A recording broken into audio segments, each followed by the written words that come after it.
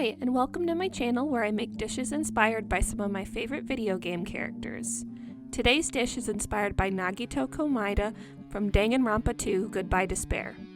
Whether you like him or hate him, you can't deny that he brings a lot of excitement and entertainment to Danganronpa 2. If you had already played the first game, there was also all of that intrigue as you started the game because why is he so similar but different from Makoto Naegi? Is there a reason for that? Either way, Nagito is so interesting in that he starts as a character that you could see as your trusty sidekick and class trial partner, but then you learn that he's a little more, how should I say it, off his rocker than you might have expected.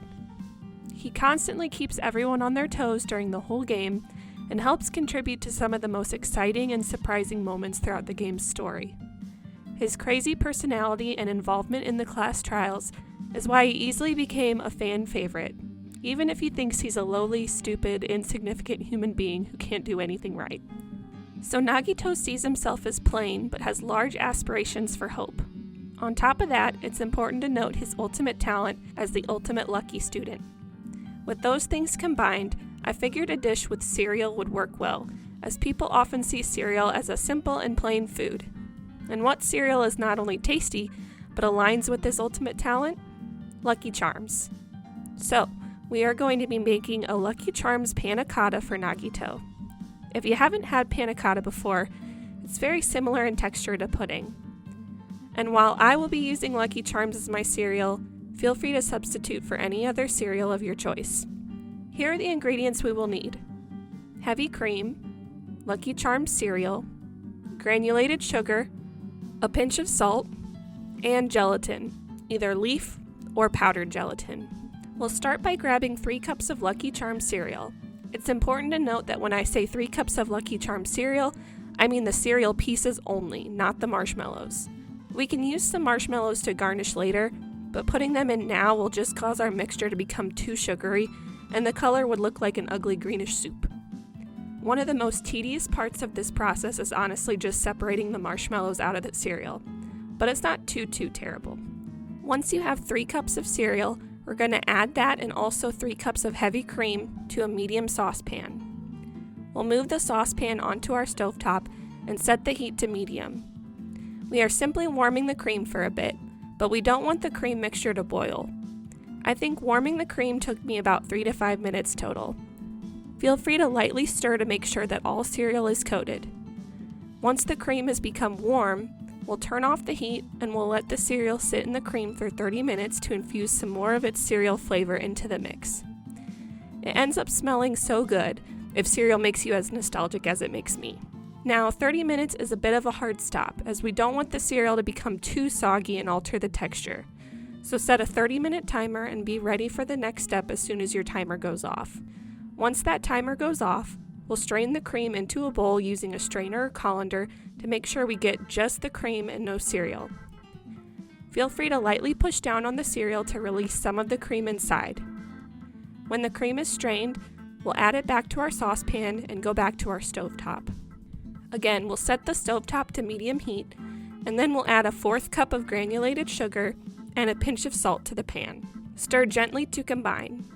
Now we'll be heating the cream mixture until it reaches barely a boil, mixing occasionally.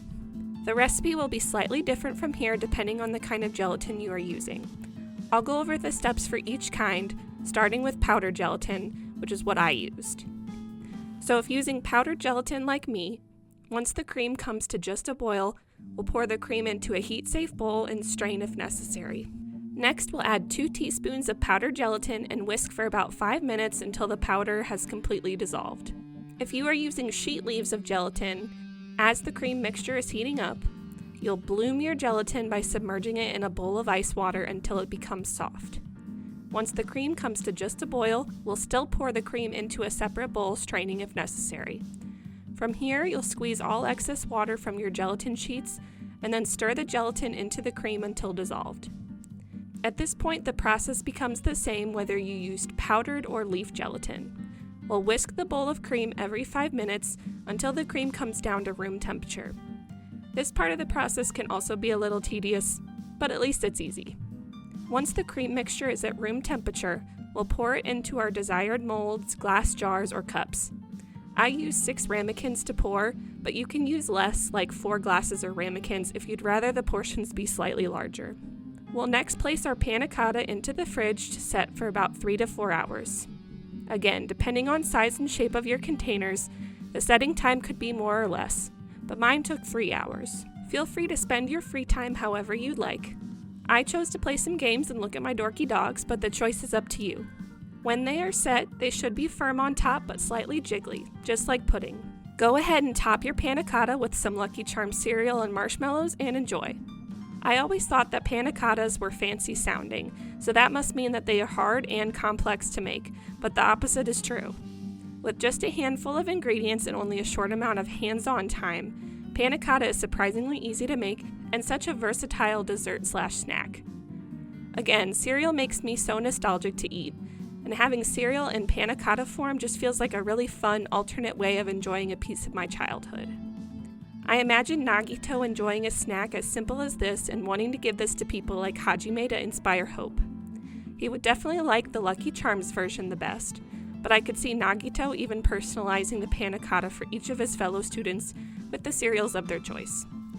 Maybe Fruity Pebbles for Ibuki, Honey Nut Cheerios for Hiyoko, Cookie Crisp for Fuyuhiko, and Cinnamon Toast Crunch for Hajime. Regardless, enjoying some panna cotta at the hotel restaurant with his classmates would help him to stave off the despair that he despises so much. The recipe card is in the video description if you'd like a more quick and concise version to give it a try. Like if you want a bite, subscribe for more geeky treats, and comment what foods Nagito reminds you of. Thanks for following along.